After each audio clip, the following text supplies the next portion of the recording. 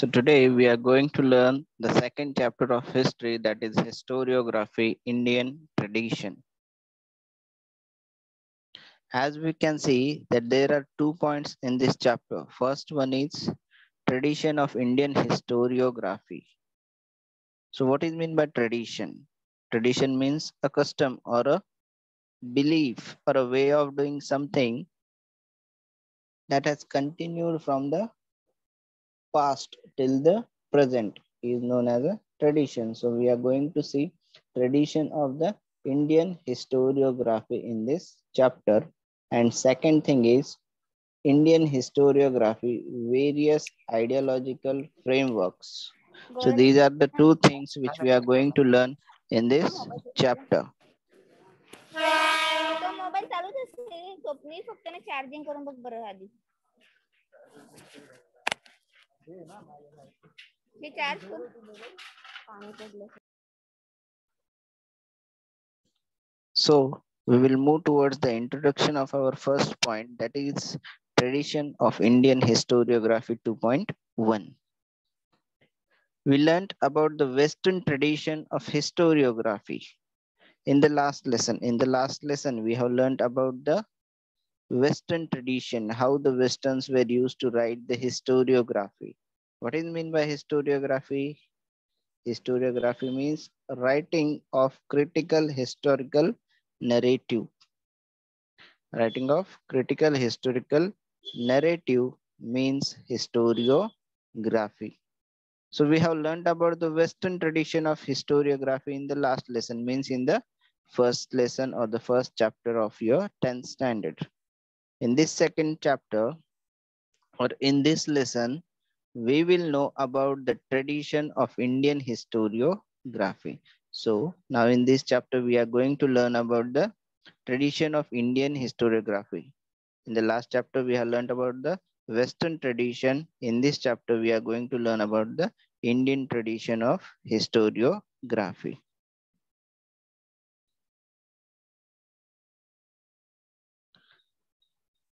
So we can see here, it has been divided into different periods. Historiography is being divided in different periods, like historiography in the ancient period, in the medieval, and in the modern.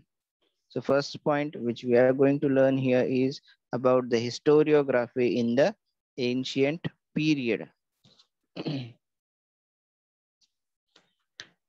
In the ancient period in India, memories of the great deeds of ancestors, memories of the great deeds. Great deeds means great works done by our ancestors. And mythological lore means the very old stories. Very old stories. Also, memories of social transitions means how there were changes occurred in the society were preserved with the help of oral recitals. It was totally oral, means in publicly it was being sung. If it would have been in the music form, or it would have been a story. It was being told in the public. So this was preserved with the help of oral way. In the oral way in the ancient period, it was totally oral source. The inscriptions on the Harappan seals and other artifacts confirm that Indians had mastered the art of writing. By the inscriptions which we see on the Harappan seals, we come to know that we the Indians had mastered the art of writing as early as the third millennium. Millennium means a period of 1000 years, means nearly 3000 years BCE, or perhaps before that. We have learned or we were mastered in writing, the art of writing. However, the Harappan script is not yet successfully deciphered, but then also till now it has not been deciphered. Deciphered means we are not able to understand its meaning, or we are not able to understand the reading. We are not able to read it or understand it till now. So we have not yet successfully deciphered this Harappan script. Script means the way of writing.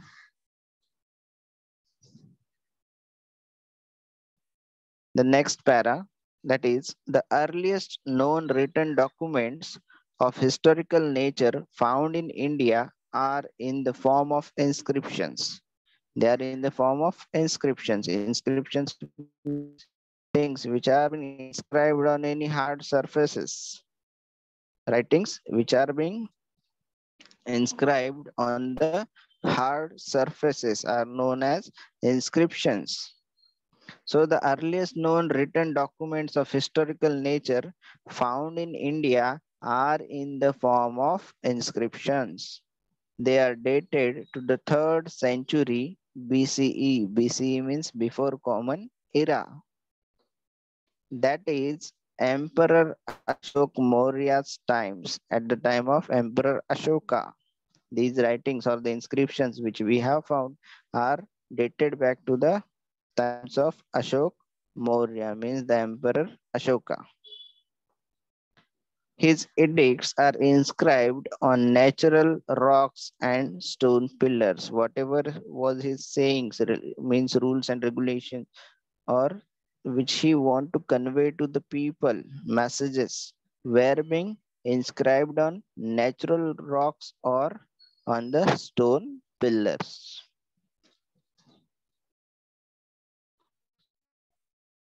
From the 1st century CE, inscriptions began to occur on coins, metal images, and sculptures from the 1st century CE. CE means Common Era.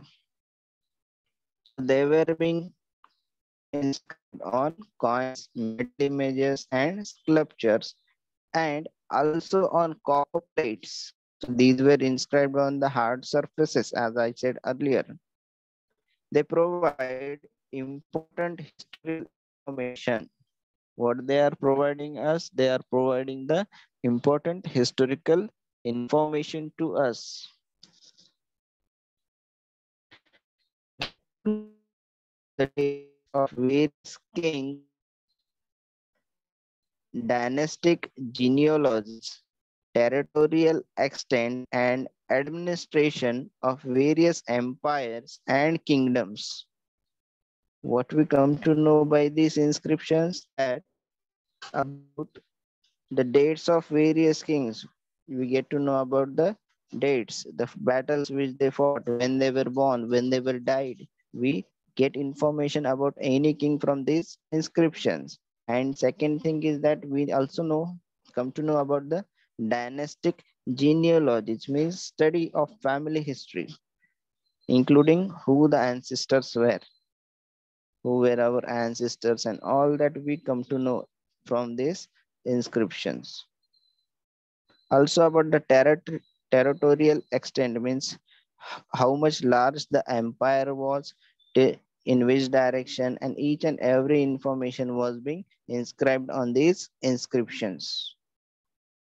And administration of various empires and kingdoms, and also important political events, social organization, climate, famine, etc. of the respective times. Each and every important event was been inscribed in such a way that now it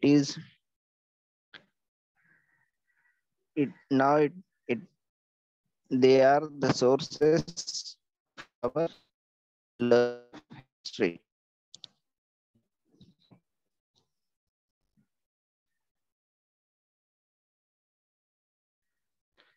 The ancient Indian literature, including the epics Ramayana and Mahabharata. Everyone knows about the Ramayana and Mahabharata. Purans are there. Jain and Buddhist texts, historical accounts by Indian authors. Authors means writers, and also travelogies by foreign traveler. Travelogies means a piece of writing about travel, what was happened during his travel, what he saw, each and everything is being written in this text by foreign travelers.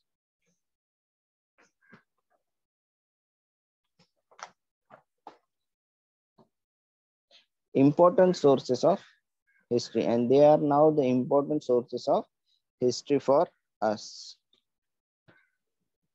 Next point is that writing of biographies of kings and dynastic histories mark an important step in the Indian historiography. Writing of these biographies help us a lot to know about that specific king or the dynasty. Like one example is given here, Harshacharit. Harshacharit, written in the 7th century CE by Bana Bhatta, is King Harsha's biography. It is a biography of King Harsha, which was been written by Bana Bhatta, who was the court poet of Harshavardhana, King Harshavardhana. Then it portrays a realistic picture of the social, economic, political, religious, and cultural life during the king's time. What is shown here in this? The realistic picture. How are the social conditions of that time? Economic, political, religious, and cultural life during this king's time is given in this book or the biography named as Harshcharit, which was written in 7th century CE by Banabhatta.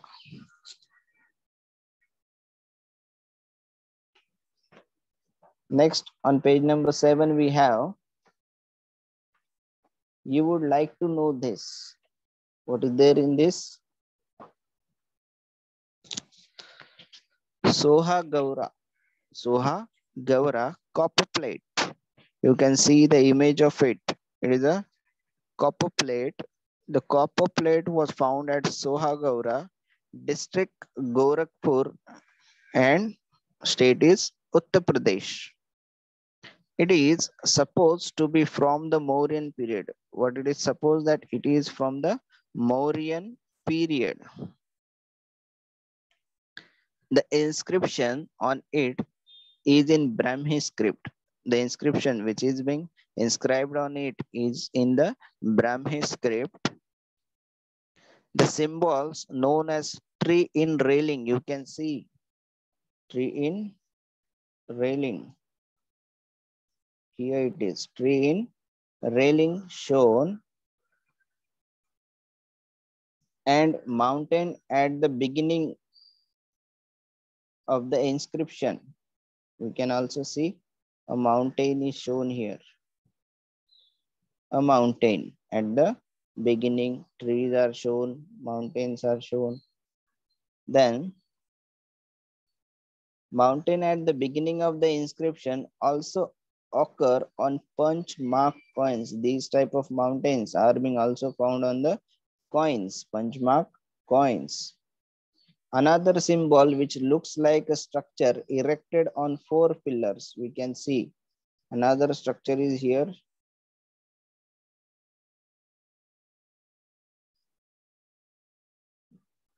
Here it is there, and this one. These two structures, they are erected on 4 pillars, is supposed to be indicative of a granary. It is showing the picture of a granary. It is indicating granary to us. The inscription records a royal order that the grains stored in the granary should be distributed carefully. What is shown in this inscription? That the grains which are stored in the granary, that should be used or that should be distributed carefully. It is supposed to be suggestive of precautions taken. Why it is suggestive? It is suggestive related to the precautions that they have to take in the times of famine. Famine means when there is a lack of food for a long period of time. For that period, they have stored these grains in the granary. So this has been inscribed in this copper plate, which is being found at Sohagaura district, Gorakhpur state, Uttar Pradesh. Now we have saw about the tradition of Indian in 2.1 point. We have saw about the historiography in the ancient period. How was our historiography in the ancient period? Now we will see about the historiography in the medieval period. As I earlier said that this has been divided into three parts: ancient, medieval, and modern period. So now we will see about the medieval period.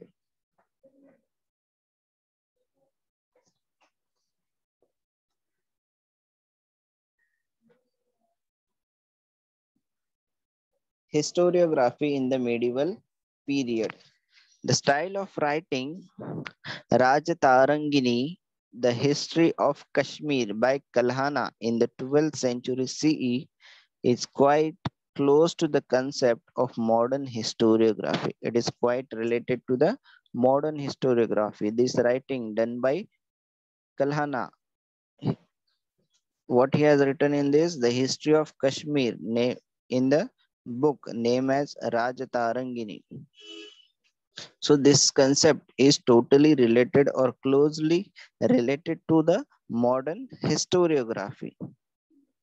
Kalhana himself says that he wrote this text after critically examining various sources like inscriptions, coins, remains of ancient monuments, dynastic records, and local traditions. What he said himself that he had first, what he had done here, written this text by critically examining, means in the modern historiography, it is said that we have to critically examine the evidences. So he have done in the medieval period only, in the 12th century, means the things which we were doing in the modern period, he have done in the medieval period itself. And he has said that he had critically examined the various sources like inscriptions, coins, remains of ancient monuments, dynastic records, and whatever were the local traditions over there at the time of his writing of history of Kashmir in Rajatarangini. The next para. In the medieval India, the historians in the courts of Muslim rulers were influenced by Arabic and Persian historiography. In the medieval India, the historians whoever in the courts of Muslim rulers, they were totally influenced by the Arabic and Persian historiography. Among them, Ziauddin Barani holds an important place among all these historians whoever were in the court of Muslim rulers. Among all these, Ziauddin Barani, he holds an important place. Why so? Because in Tariq-i-Firuz Shahi, a book written by him, he has written a book named as Tariq-i-Firuz Shahi. He has stated the purpose of historiography. What he has stated here, or what he has written in this book, that what is the purpose, why we should write historiography in this book. According to him, the historian's duty is not limited only to the recording of the ruler's value and policies of welfare.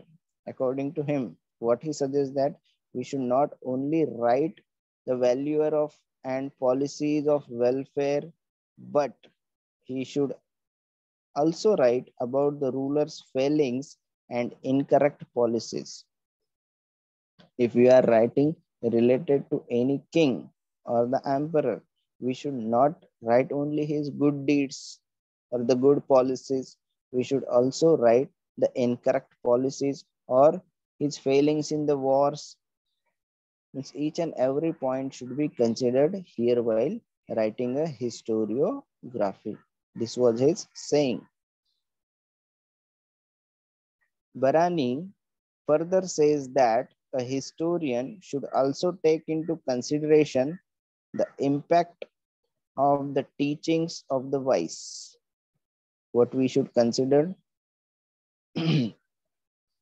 while writing a historiography, that we should consider the teachings of a wise. Wise means a person who is experienced or a knowledgeable person, the learned and the sense on the cultural life of people. Thus, Barani expanded the scope of historiography.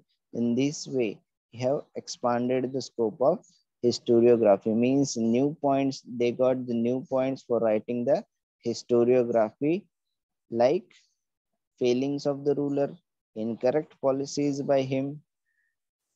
Then we should also consider the impact of what teachings of the wise one, the learned one, the saints which are or what they are saying related to the cultural life of the people. So in this way, Barani has expanded the scope of writing historiography.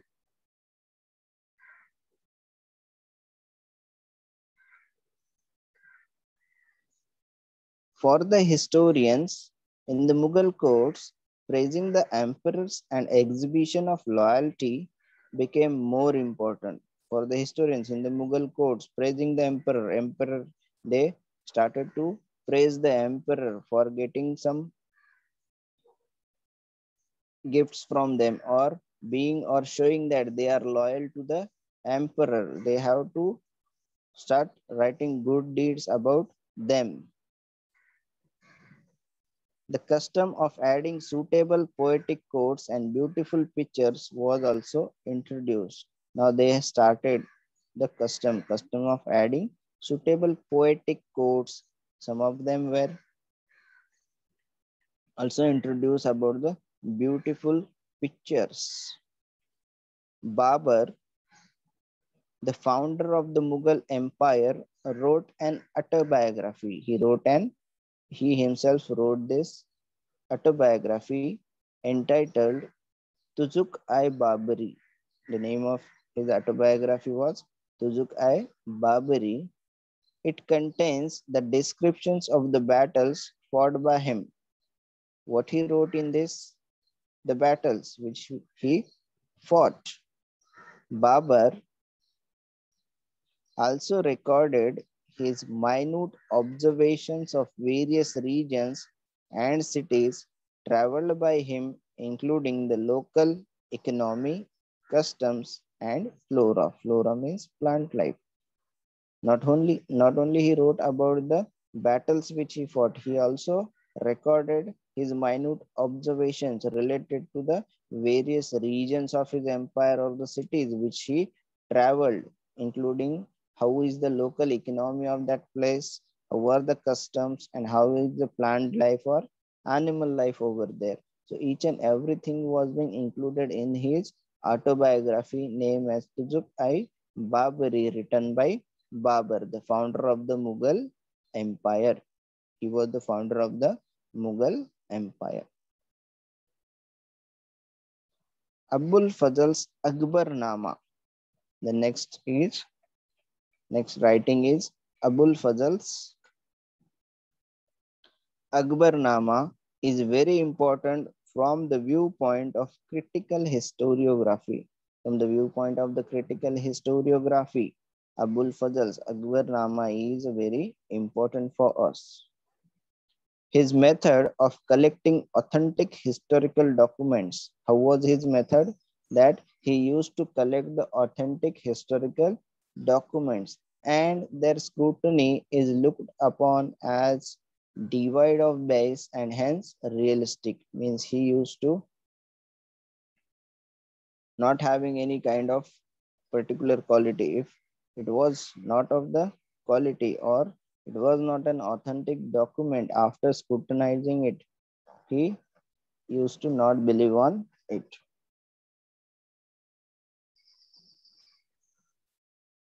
He used to take only the supports of the realistic documents while writing the historiography. Next is Bakhar. Bakhar is an important type of historical documents. Bakhar, it is an important type of historical document of medieval times. It contains eulogies of the heroes and stories of heroic events.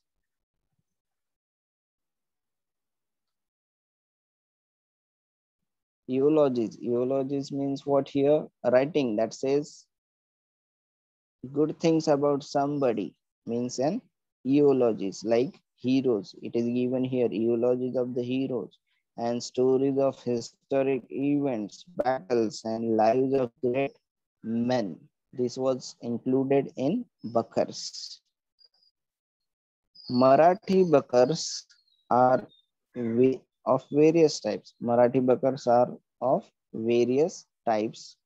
Sabhasad Bakar was written by Krishnaji Anand Sabhasad during the reign of Chhatrapati Rajaram Maharaj. At the time of Chhatrapati Rajaram Maharaj, he wrote a Bakar named as Sabhasad Bakar, written by Krishnaji Anand Sabhasad. It is an important Bakar for getting information. This Bakar is important for what purpose? For getting the information about the rule of Chhatrapati Shivaji Maharaj. From this Bakar, we will come to know about the rule of Chhatrapati Shivaji Maharaj. The next Bakar is Bhau Sahibanchi Bakar. Describes the Battle of Panipat. What is given in this Bakar? In Bhau Sahibanchi Bakar, that Battle of Panipat. Another Bakar entitled Panipatchi Bakar is also about the same event. It is also about the same event. Next is Holkaranchi Kaifiyat provides information about the Holkars and their contributions to the Maratha rule. What are their contributions to the Maratha rule are in the Holkaranchi Kaifiyat. The next last para of this medieval period, Bakar can be divided into various types such as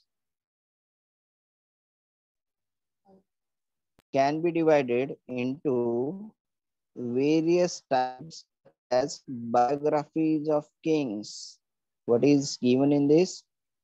About biographies of kings, dynastic history, descriptions of events, history of a sect, autobiographies regarding grievance, then based on mythologies, and state administration by a king. Means they are divided into various such types related to a specific sect or a group of people who have a particular set of religion or religious beliefs.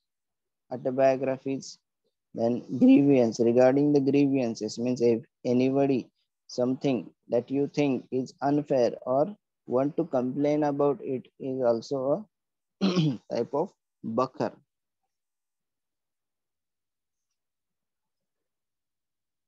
Then we can see on page number 8, it is given that do you know?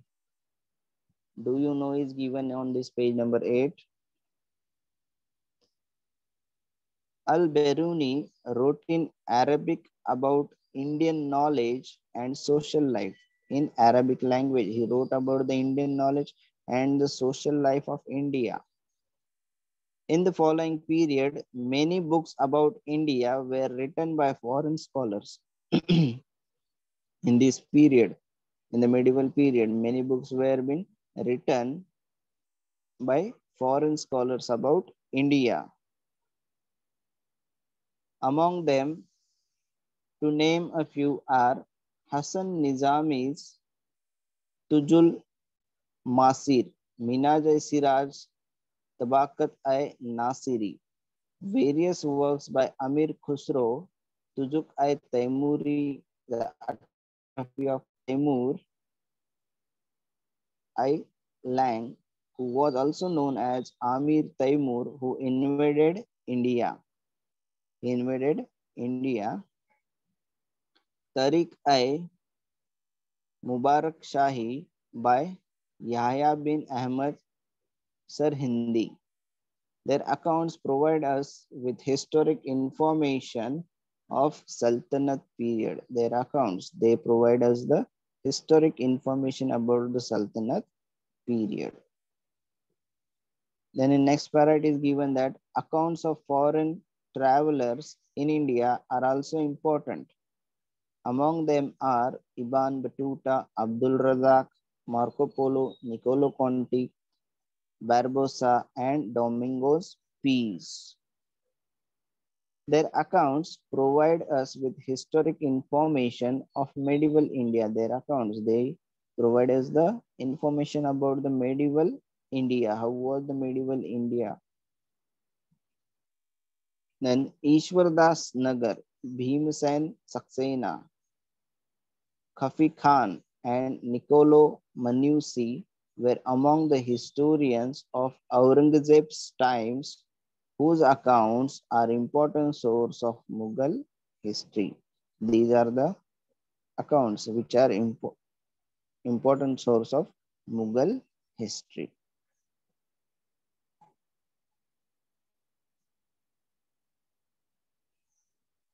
Then last point of 2.1, that is historiography in the modern period. So how was the historiography in the modern period? In the 20th century, the Indian archaeological exploration and research started under the British rule. Under the British rule, it started exploring the archaeological sites and doing the researches on that. A number of ancient sites were excavated under the supervision of Sir Alexander Cunningham. A number of ancient sites were excavated. Excavated means found under the ground under the supervision of Sir Alexander Cunningham. The first Director General of the Archaeological Survey of India. He was the first Director General of the Archaeological Survey of India. He chose mainly the sites mentioned in the Buddhist texts for this purpose. Which type of sites he chose for doing archaeological exploration or for excavations? The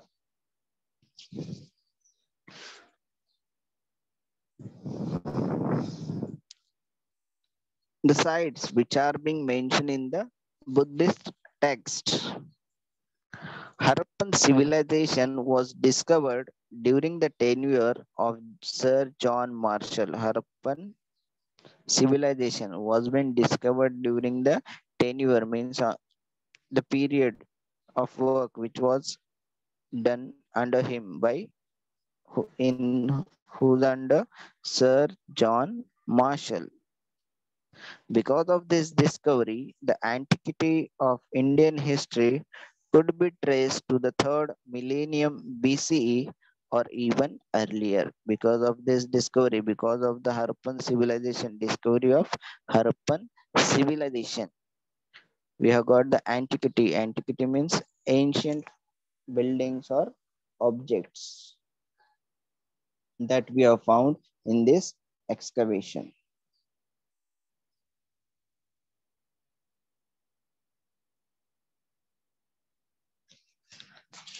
Many British officials in India wrote about Indian history. Many of the British officials in India, they wrote about the Indian history. Their writings display strong influence of the colonial policies of the British. By their writings, it comes to know that they are totally influenced by the colonial policy, means the policies of the Britishers. You can see the picture of Alexander Cunningham and John Marshall. These are the two pictures.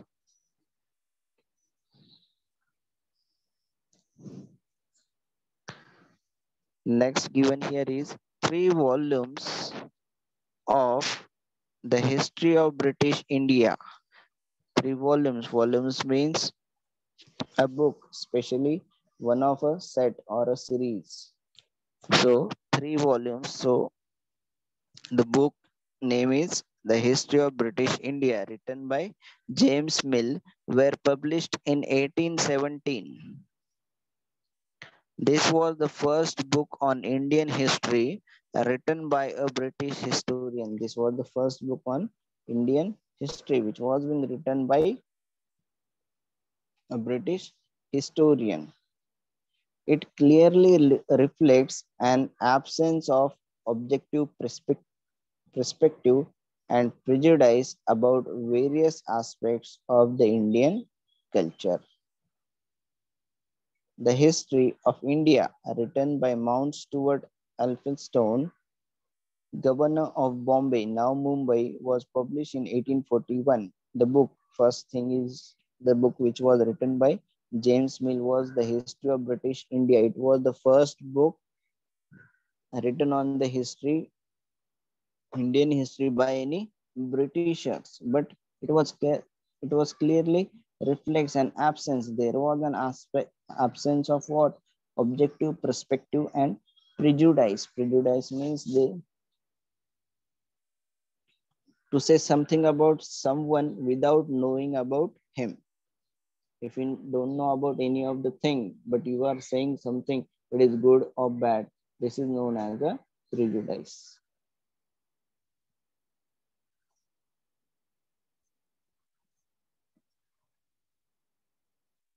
The period of Maratha Empire is very important in the Indian history. The period of the Maratha Empire is also important in the Indian history. Grant Duff's name stands out among the British officers who wrote about Maratha history. A British officer named as Grant Duff.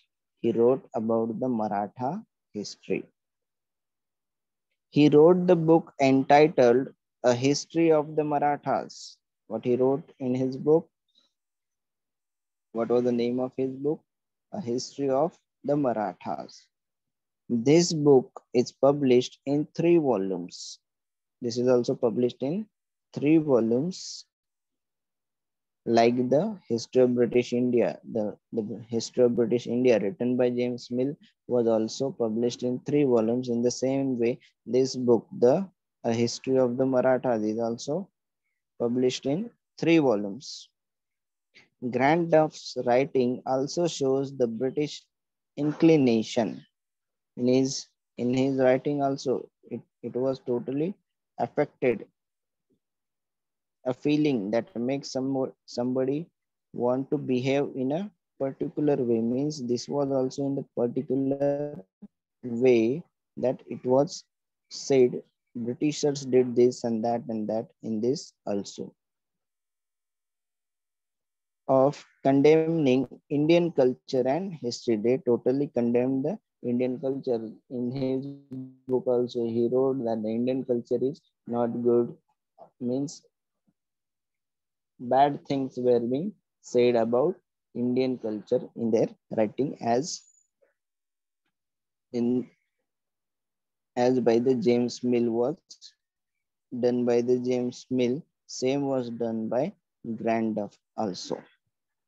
Similar tendency is witnessed in Colonel Todd's writing about Rajasthan's history. At the writing of Rajasthan history, same thing was done by Colonel Todd also. Same thing means,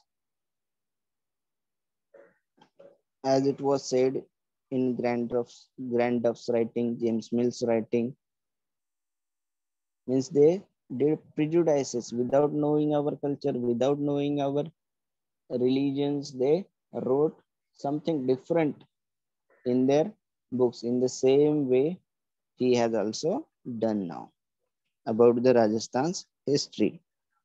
The 2 volumes written by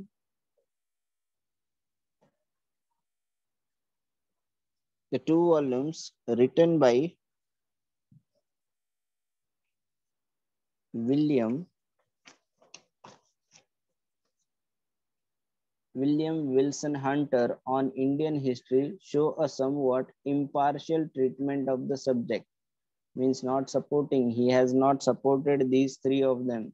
He has written some in a different way. William Wilson Hunter. Nilkant Janardhan Tirthane and Vishwanath Kashinath Rajwade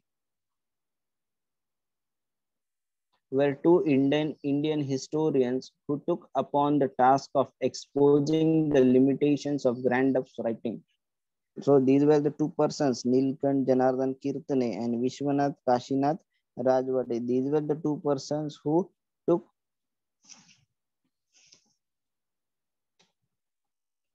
up a task of what? Task of exposing the writings which were being done, or the negative writing which was done by Grand Duff. So these two people took the task of exposing him. So this much was there. These were the 3 points which we have learned today. Historiography in the ancient period, historiography in the medieval period, and historiography in the modern period. So now it's time for evaluation. Look at the picture and fill in the blanks. The copper plate was found at dash. Where was this copper plate found? Who will give the answer? Yes, Sakshi Tiwari. Unmute yourself, Sakshi.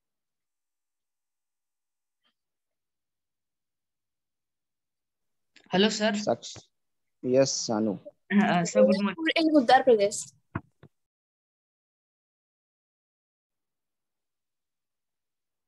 Good morning, students. Welcome to the class of Science and Technology, Part 1. I hope all of you are fine and doing well in your studies. In today's session, we are going to revise some important basic concepts related to acids and bases. So let's see what are the important topics which we are going to cover in today's topic. So the first one is we are going to see the introduction of acids and bases, then ionic compounds, Arrhenius theory of acids and bases, classification of acids and bases, the pH of solution, universal indicator, and neutralization. So let's begin with the introduction. So we use various substances every day. Some of these substances, they are sour to taste, while some others are bitter and slippery to touch. So when these substances, they are studied scientifically, they are classified into acids, bases, and salts. So if you look at the picture, you can see there are some of the fruits, or you can say the materials which we use in the kitchen, then in the bathroom, okay, then water, milk products, all of these different kind of products we are using every day in our life. But we never thought about their scientific reasons, why they are sour in taste, why they are bitter in taste. We never thought about it. But on scientific basis, they are classified as acids, bases, and salts. So let's see what are acids and bases. So in your previous standards, you have might remember some of the you can say basic properties of acids and bases. So if we look at the first property, you can see acids, they are sour in taste. Sour means khatte, right? So if we look at all these fruits like lemon, tamarind, then you can say tomato. So all these fruits, then amla, they are sour in taste. Why they are sour in taste? Because they contain acid. So, but all the fruits, they don't contain the same acid. For example, lemon, it contains citric acid in it, and because of which it's sour in taste. Then if we talk about tamarind, tamarind is also sour in taste, but the acid present in it is tartaric acid. Then tomato, tomato contains oxalic acid. If we talk about the vinegar, vinegar everybody knows it is white in color and we use it in making Chinese food. Then it is also called as sirka in Hindi, and we used to preserve pickles by using it, right? So this vinegar, it contains acetic acid. So there are lots of different kind of acids present, okay? And because of these acids, the substances, they are sour in taste. Then next one is bases. Bases, they are bitter in taste and slippery or soapy to touch. So as it is written slippery or soapy to touch, so you might relate with them with your hand wash, soaps, detergents. So all these, they are basic in nature. Okay. Then the next property of acids, that acids turn the blue litmus into red. You can see this is the blue litmus. When we dip this blue litmus paper into the acid, the blue litmus paper, it turns into red. This shows that the given solution is acidic in nature. Okay. The next one is bases. Bases, they turn red litmus into blue. This is a test, right? Because it is not suggested that you taste everything and then find out if it is sour, it is the acid, and if it is bitter in taste, it is base, right? So it is not suggested that we should taste everything and then decide whether it is an acid or base, because it can be dangerous to us, right? So that's why there are lots of methods like litmus paper by which we detect that whether the given substance is acid or base. Now, in order to understand acid and bases in a more proper way, we need to understand ionic compounds, right? So let's see what are ionic compounds. As you can see in the name, ionic compounds. So those compounds which are made up of ions, they are called ionic compounds, right? But how ions are formed? Let's see how ions are formed. So as you know that every element, it is made up of an atom. That means an atom is the smallest unit of an element. And if we look at the structure of an atom, what we can see that it is made up of 3 subatomic particles: protons, electrons, and neutrons. We know that protons, they are positively charged, and inside the nucleus of an atom, protons, that is positively charged, and neutrons, that is neutral. Neutral means that they don't have any charge. They are present here. And negatively charged electrons, they revolve around the nucleus in a particular orbit. Okay. So as you can see here, protons, they are positively charged, and electrons, they are negatively charged. So that means in an atom, positive and negative charges are present. But the number of negative electrons in an atom is always equal to the number of positive protons. That means if the number of electrons and number of protons, they are equal in number, that means the number of positive charges is also equal to the number of negative charges. So when the number of positive charges and number of negative charges, they are equal to each other, they neutralize their effect. And as a whole, an atom is electrically neutral. So an atom, it doesn't have any charge, right? As a whole, if we are talking about it, right? Then how ions are formed? So when electrons are lost from a neutral atom, you can see this is a neutral atom. So how we can form an ion? If there is a loss of electron, or if there is a gain of electron, if any of these two processes takes place, we form an ion. Okay. So there are two types of ion basically. One is positively charged and the other one is negatively charged. So how positive ions are formed and how negative ions are formed, let's see. So when electrons are lost from a neutral atom, a positive ion called cation is formed. So you have to remember that positive ions, they are called as cations. And how they are formed?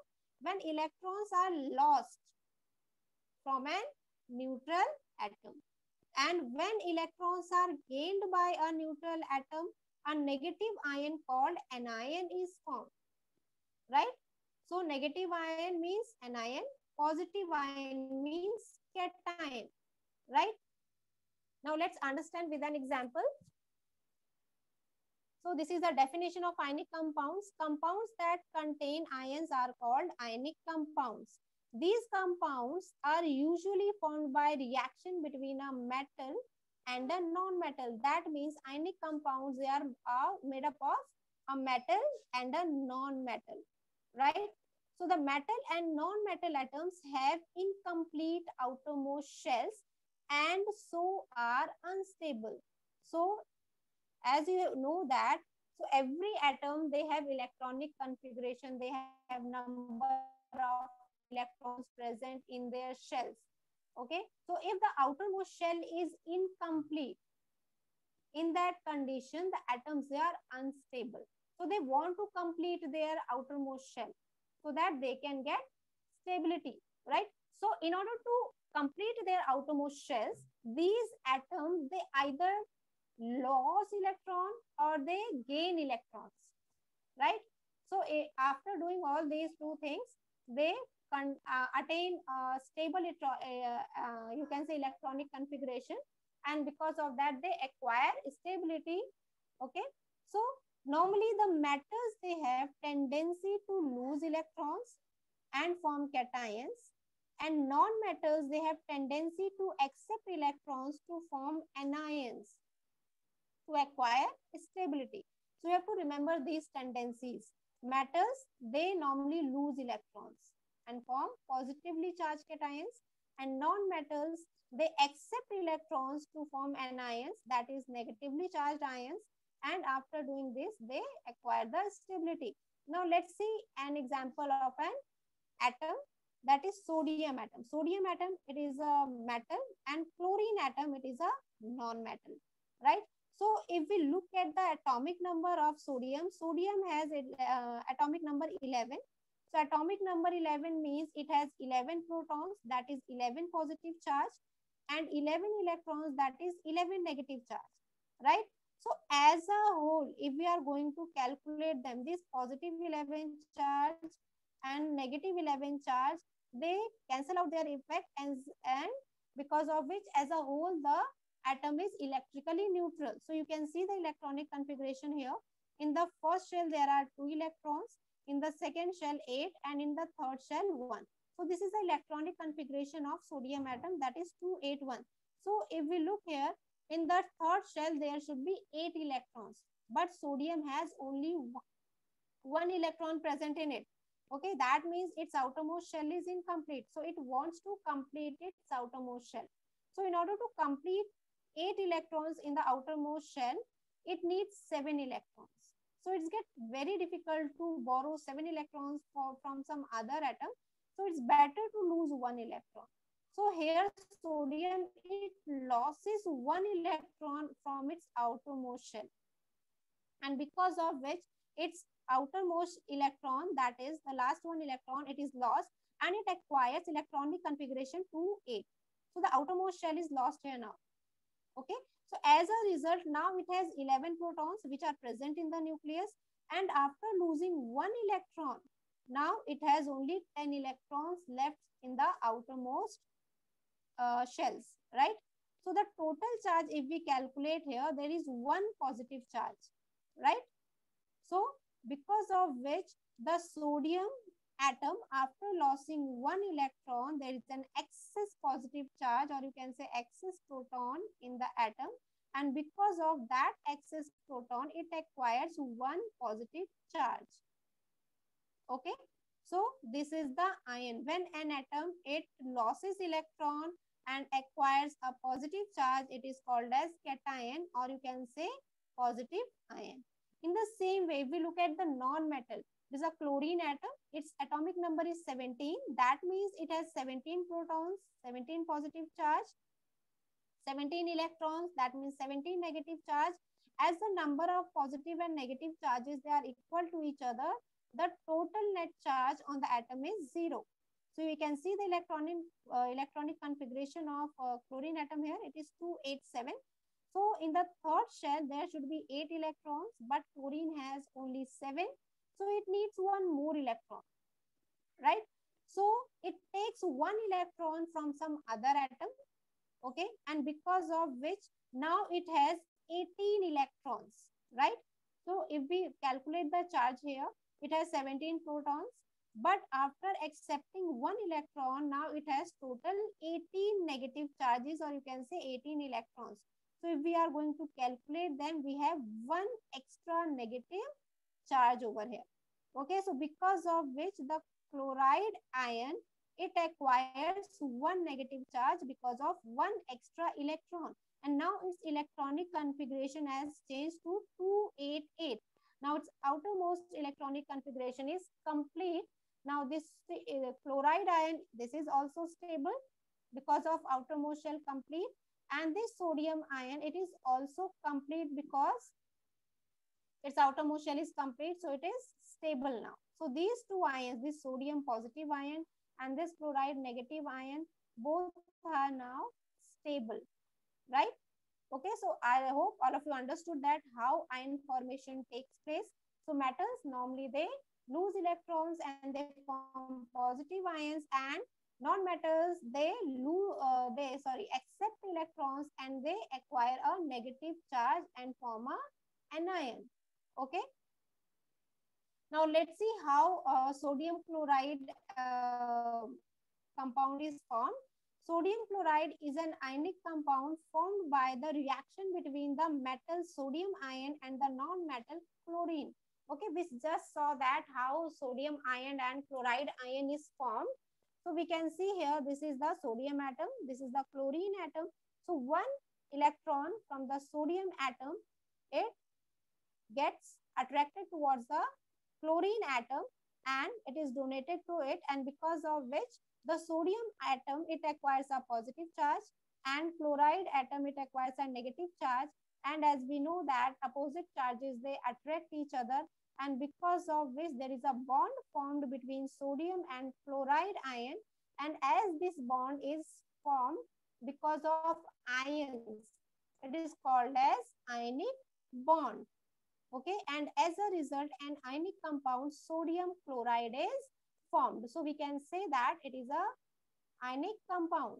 So if the compound is formed because of covalent bonding, or you can say sharing of bond, we say that this compound is a covalent bond. But if the compound is formed because of ions, it is called as ionic compound. Okay, so sodium chloride, it is an ionic compound, and I think all of you are aware about the sodium chloride. This is the common salt, or you can say the table salt that we eat every day, that is used in our cooking every day. And because of this salt, our food is very tasty, and we can't imagine our food without this salt. Okay. So I hope the formation of ionic compounds is clear to you all. Now let's see the dissociation of ionic compounds. Dissociation means breaking down of ionic compounds. How ionic compounds they break down or split up into their respective ions.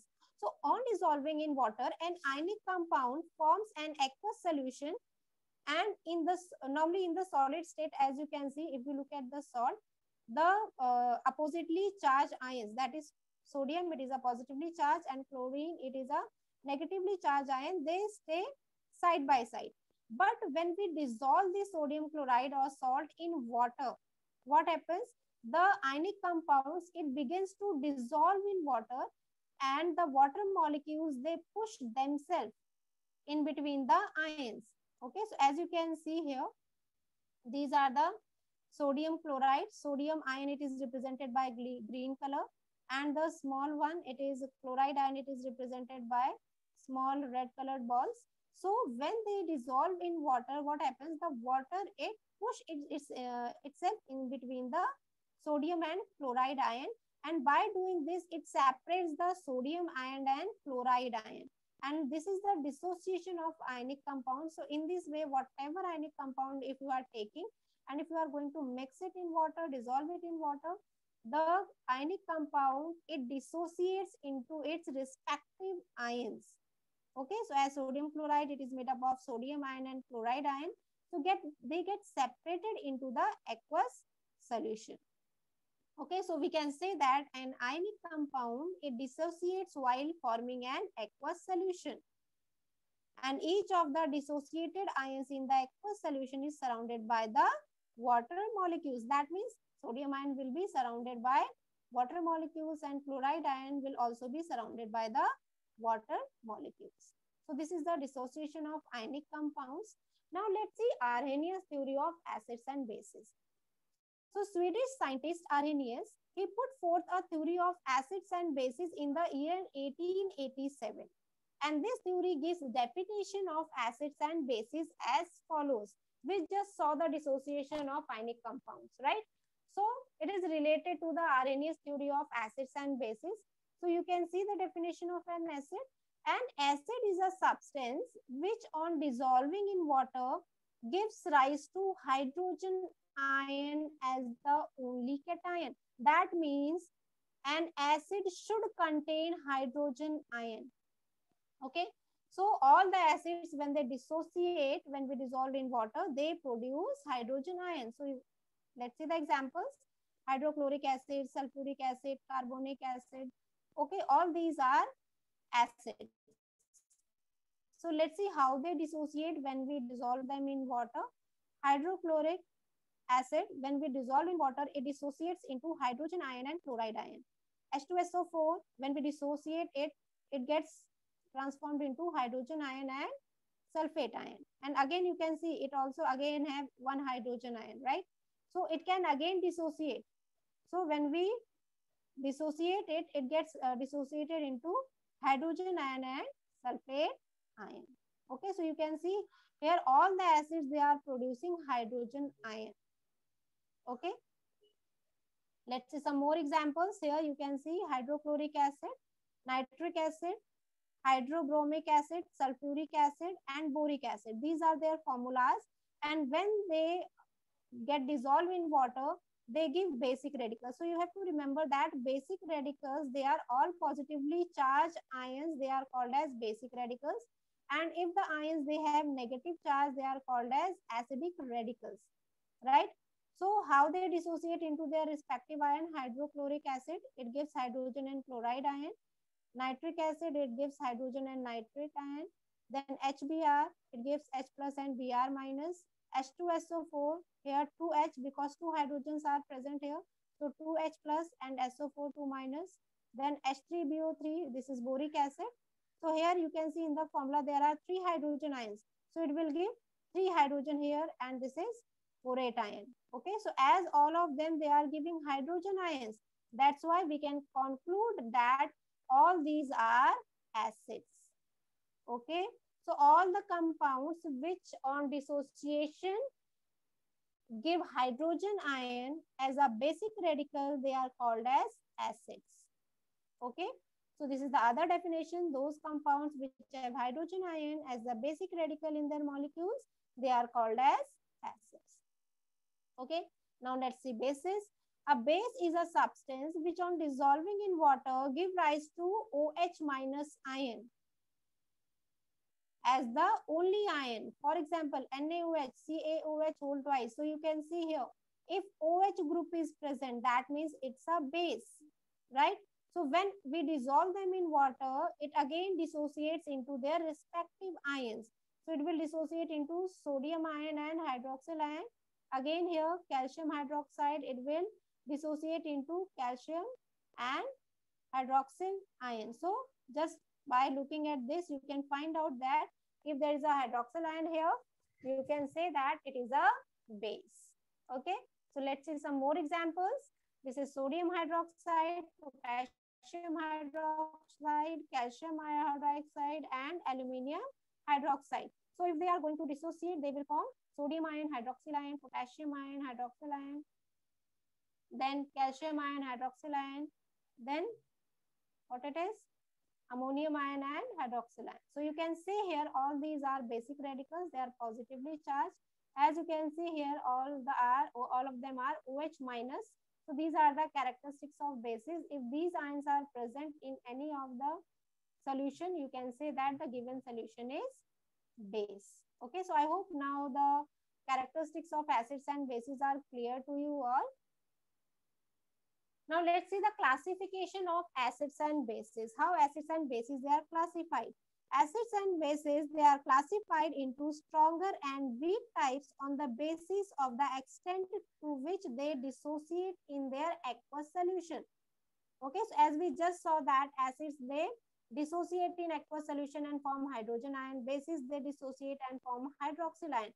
Now we have to see at how much extent they can dissociate, right?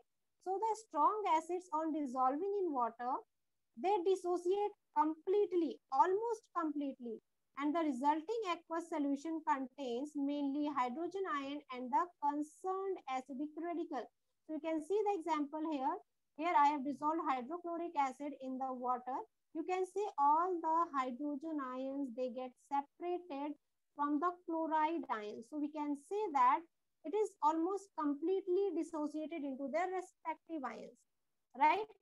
So that's why they are called strong acids. So example of strong acids are HCl, HBr, HNO3, H2SO4, all of them, they are strong acids.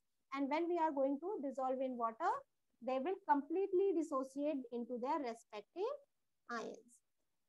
Okay, now let's see the next one. These are the weak acids.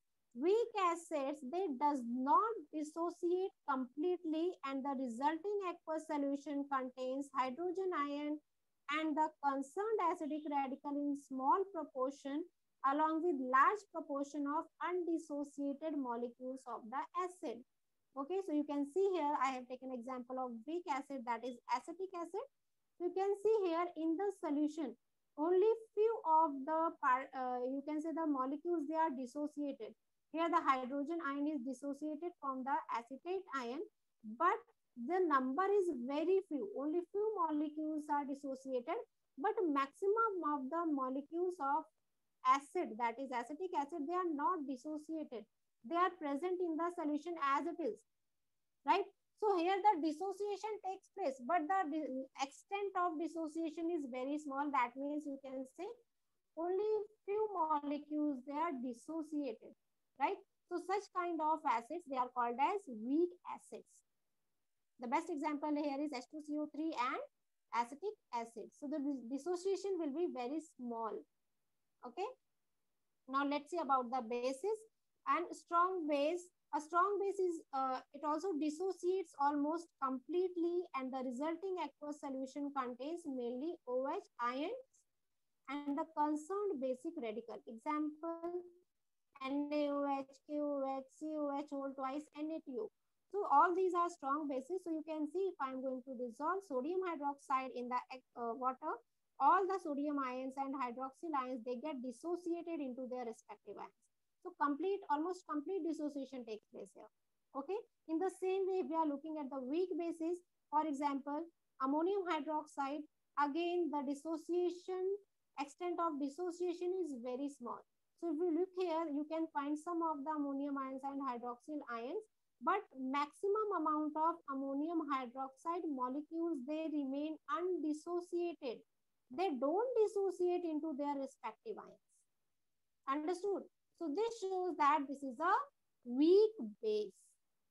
Okay, I hope all of you understood about it. Now let's move on to the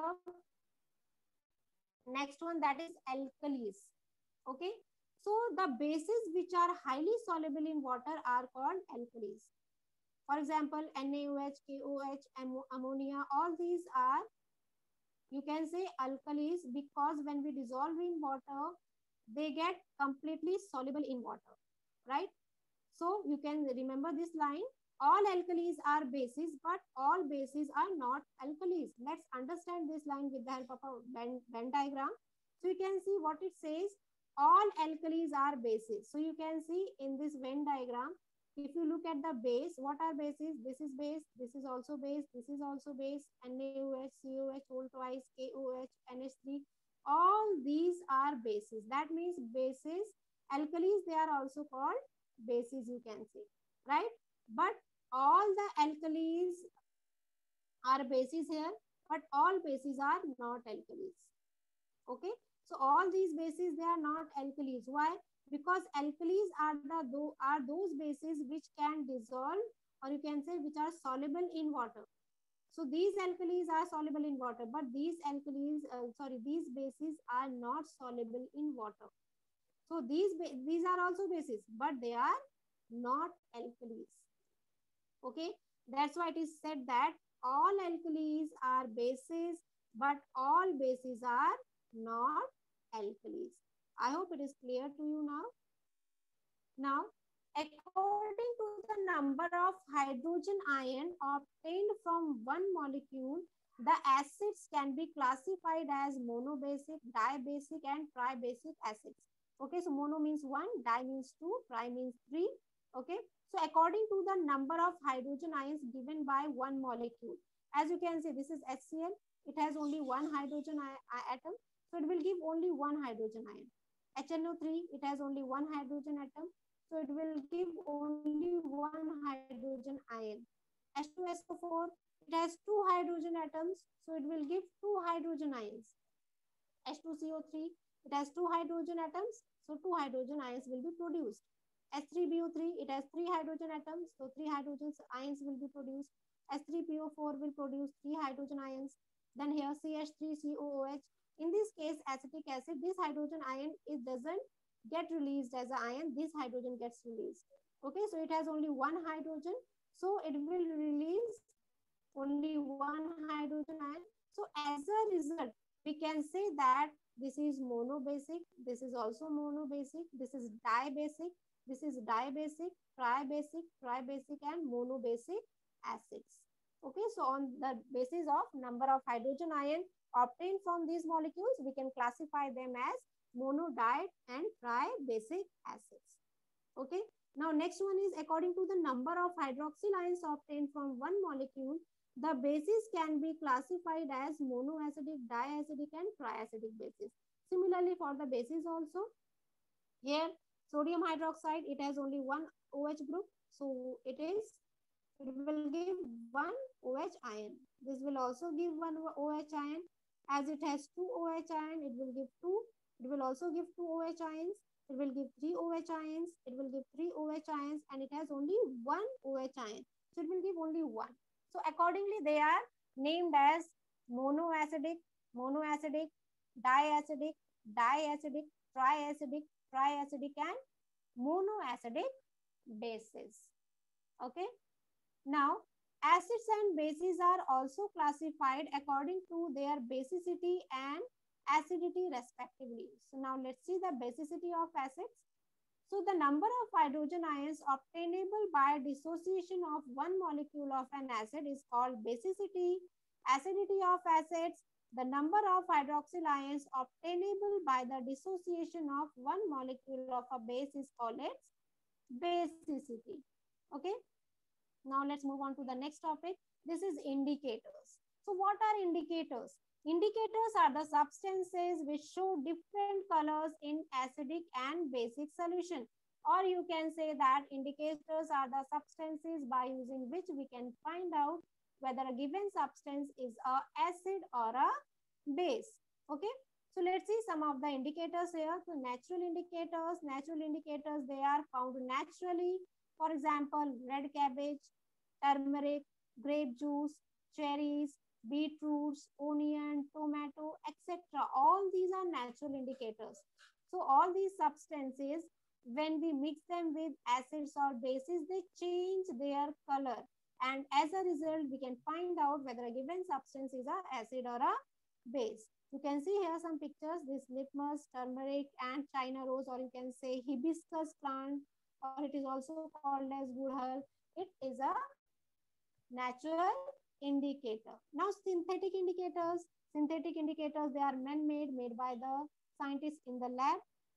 For example, methyl red, methyl orange, phenolphthalein, all these are synthetic indicators and they show change in their color when they are mixed with acids, bases, and salts. Okay, now olfactory indicators. Olfactory means they are related to smell, or you can say the odor. They have different odor in acid and base solutions. Okay, for example, vanilla extract, then your onion, then your clove. All these are used as olfactory indicators because they have a very strong smell and they change their smell along with their acids and bases. Okay, so now let's see what is the pH of a solution. This is very important for you to understand. So normally we studied that acids and bases, they dissociate in water to form aqueous solution. You can say here, if I dissolve an acid in water, it will give hydrogen ion and chloride ion. And if I'm dissolving a base, that is sodium hydroxide, it will give sodium ion and hydroxyl ion. Okay, so we can see that H plus and OH ions are found in different proportions in all natural aqueous solutions. They are present in almost all the solutions here. So this determines the properties of those solutions. So if hydrogen ion is present, the solution will be acidic. If hydroxyl ion is present, the solution will be basic. Okay. So how they are important for our survival? Okay. So as you can see, the proportion of hydrogen ion and OH minus ion divides soil into acidic, neutral, and basic types. So this acidic and basic and neutral nature of soil, it also affects the plants, right? For example, you can see that, you know about the hydrangea plant. This plant, it shows different colors in different types of soil. For example, if the soil is acidic, it will give deep blue color. And if the soil is, you can say, neutral, nearly neutral, then it will give purple pink color flower. And when the soil gets basic, it gives red or dark pink color flowers. So that means the proportion of hydrogen ion and hydroxyl ion, it affects the plant growth also, right? So this hydrangea plant, it is a, you can say, pH sensitive plant. Okay. Now the next one is blood, cell sap, etc. They also have hydrogen and OH minus ions in certain definite proportion for their proper functioning. That means it is present in our body also. And their balance is also very important for us. Okay. Then fermentation carried out with the help of microorganisms, other biochemical processes, and also many chemical processes require the proportion of hydrogen and hydroxyl ions to be maintained within certain limits. Then our pure water, it also undergoes dissociation to a very small extent and gives rise to hydrogen and hydroxyl ions in equal proportion. So our pure water, it also undergoes dissociation up to a certain extent. Okay, so hydrogen and hydroxyl ion, or you can say the acidic and basic property is also present in water. Okay, so due to this property of water to undergo dissociation, there exist both hydrogen and hydroxyl ions in any aqueous solution. However, their concentration may be different. If there are different concentrations of hydrogen and hydroxyl ion, this can make the solution acidic, basic, or neutral. Okay, so let's see how we can identify depending upon the hydrogen ion concentration, whether it is acid, basic, or salts. So in 1909, the Danish scientist Sorensen introduced a convenient new scale of expressing hydrogen ion concentration, which is found to be very useful in chemical and biochemical processes. So the scientists introduced a pH scale. What do you mean by pH? pH means the power of hydrogen. Okay, so he introduced a pH scale, and this pH scale is measures the, you can say, the strength of hydrogen ion. Okay, and this pH scale, it ranges from 0 to 14. So the minimum limit here is 0 and the maximum is 14. Okay, this is the, you can say, the extension of this pH scale. So the pure water, it has pH of 7. That means if the pH is 7, strength of hydrogen ion is 7, that means the solution is neutral. Okay, and this is the midpoint of the scale. And if the pH is less than 7, then the solution will be acidic in nature. And if it is more than 7, it is basic in nature. Okay, so as you can see here on the scale, if the pH is very less, like 0 or 1, the solution will be very strong acidic in nature. And as the pH is increasing, the acidic strength, it goes on decreasing. Or you can say nearly 7, the acid will be very weak, and at 7 it will be neutral. Above 7, it will be a very weak base. And as the pH is going on increasing, the basic strength, it goes on increasing. That means if the pH is 14, the solution will be a very strong base. So you can see some of the examples from our daily life. For example, 1-MSCl or battery acid, it has a pH of 0, or you can say 1. In between that range it is present, and it is highly acidic. Then stomach acid, lemon juice, vinegar, they have pH of between 1 to, okay. Then tomato juice, it has pH of 4.1. Black coffee, 5. Milk and rain, it has 6.5.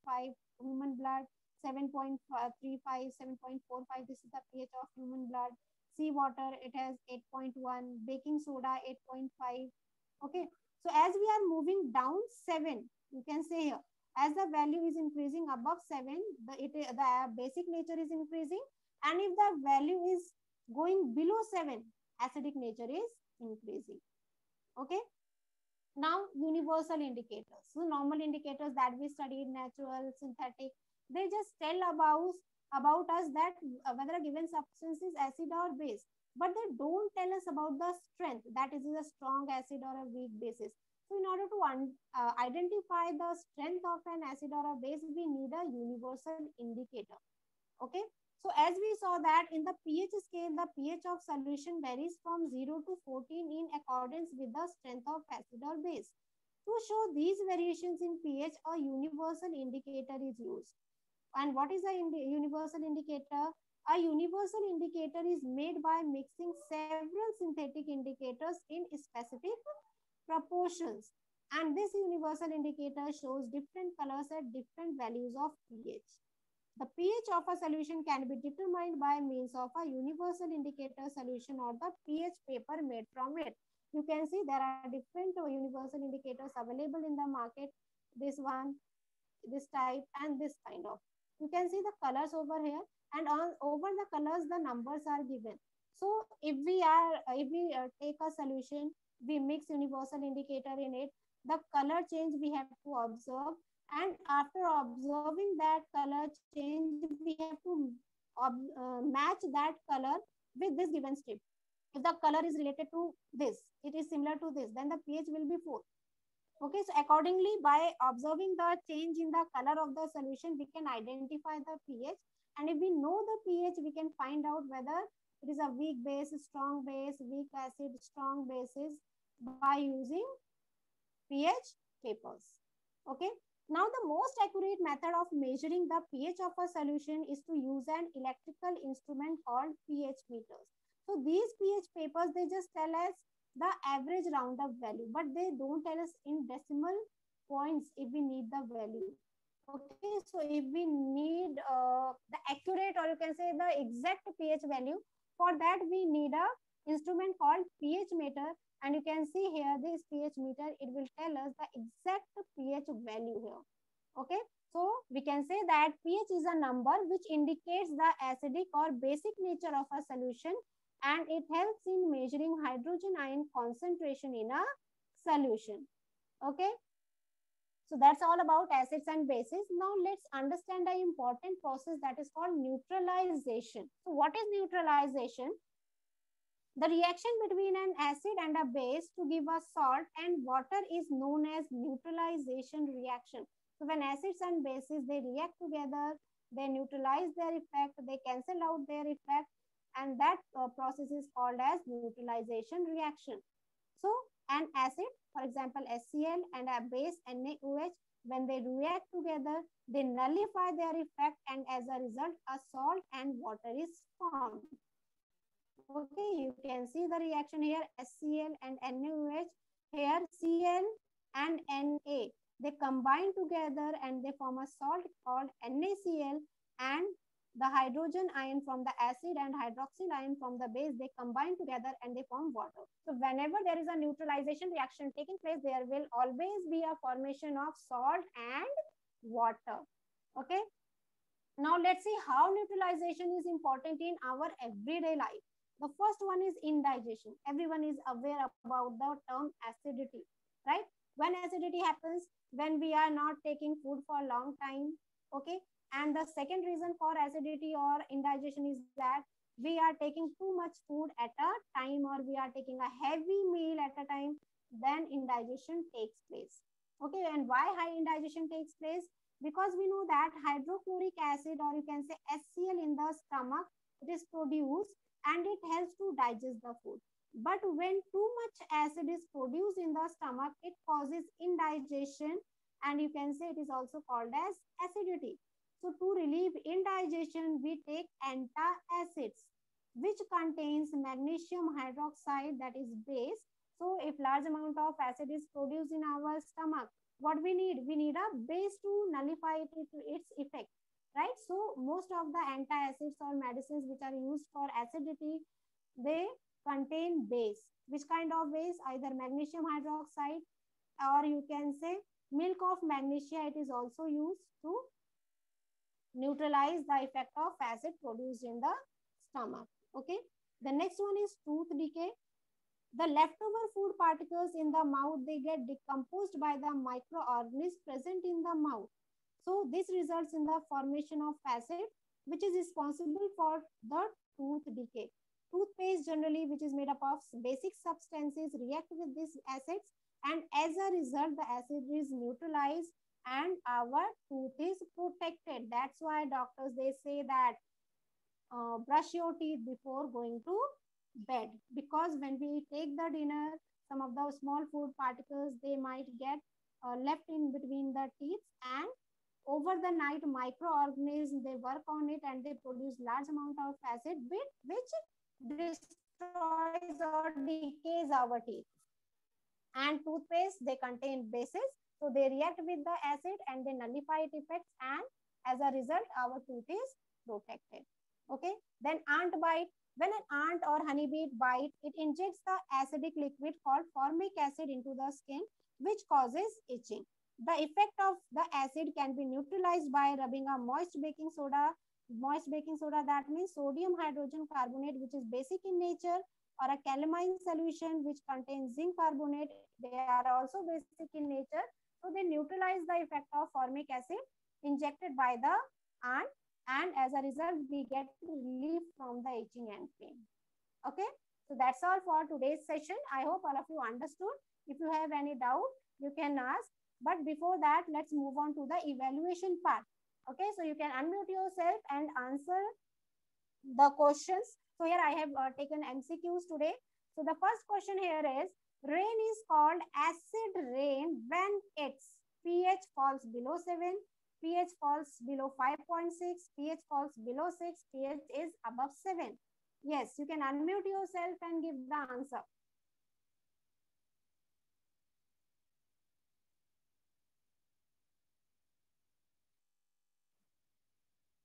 Hello? Yes, Nidhi. Unmute yourself and give the answer. Yes, teacher. Yes, what is the answer of first question? Rain is called acid rain when its pH falls below? Teacher, pH falls below 7. It's it's pH falls below 7, then it's acidic. But for acid rain, the pH should be below 5.6. So if the pH is below 5.6, then it is called as acid rain. Okay, very good. Now the next question is, sodium hydroxide is a weak base, weak acid, strong base, strong acid. Teacher, strong base. Strong Yes, acid. very good. It is a strong base. Next Base. question, which of the following solution has pH more than 7? Pure water. Pure water. Pure water, it is neutral. Its pH is equal to 7.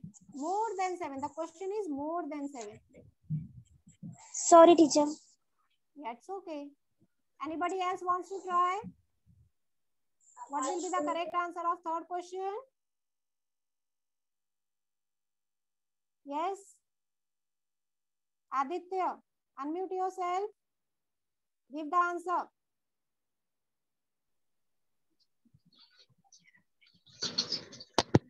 Teacher, NaOH solution. Yes, very good. NaOH solution. NaOH, it has a very strong base. It has a pH of 14. Okay. And pure water, it is neutral. It has pH 7. HCl solution, it is a very strong acid. Its pH is nearly 1. And lemon juice, its pH is less than 7. Okay. Now, next question, alkalis are. Now, read the options and tell me the answer.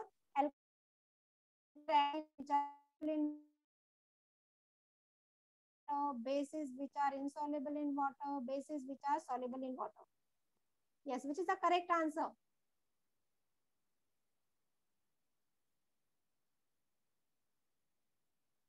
Yes, who will give the answer? Ganesh Mandal, mute yourself, unmute yourself and give the answer.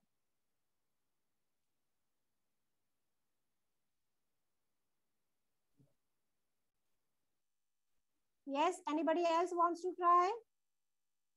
Miss, bases which are soluble in water. Very good. Option D, bases which are soluble in water. Okay, next question. Which of the following statements is correct about an aqueous solution of an acid and of a base? Higher the pH, stronger the acid. Higher the pH, weaker the acid. Lower the pH, stronger the base. Lower the pH, weaker the base. So here two options can be correct. Yes, Yeah. try.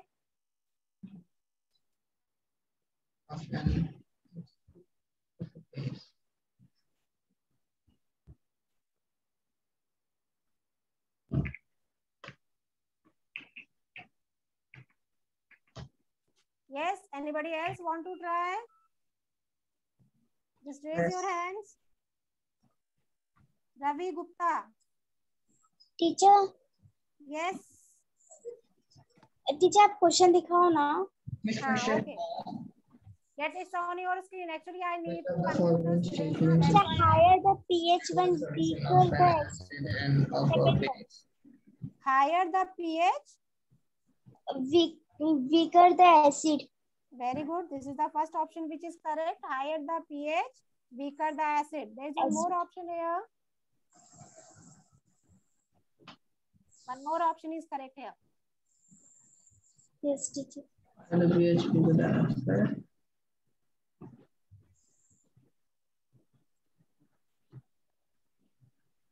Yes. Yes, teacher.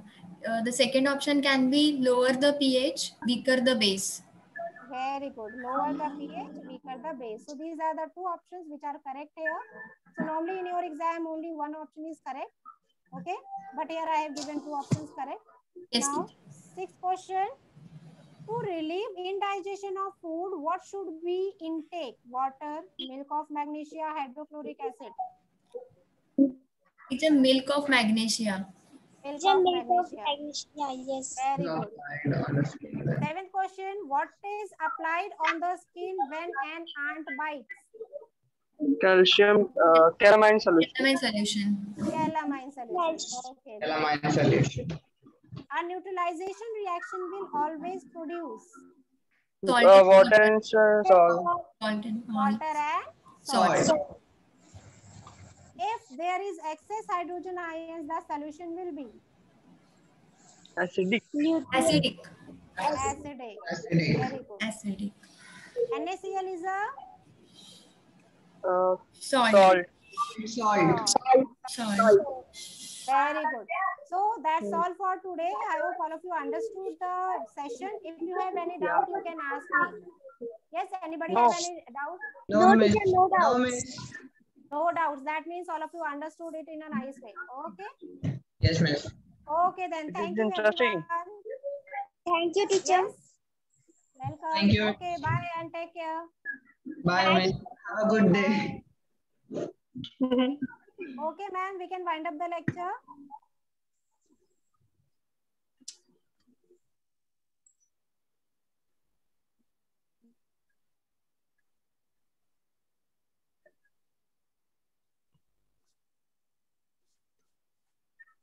Hello.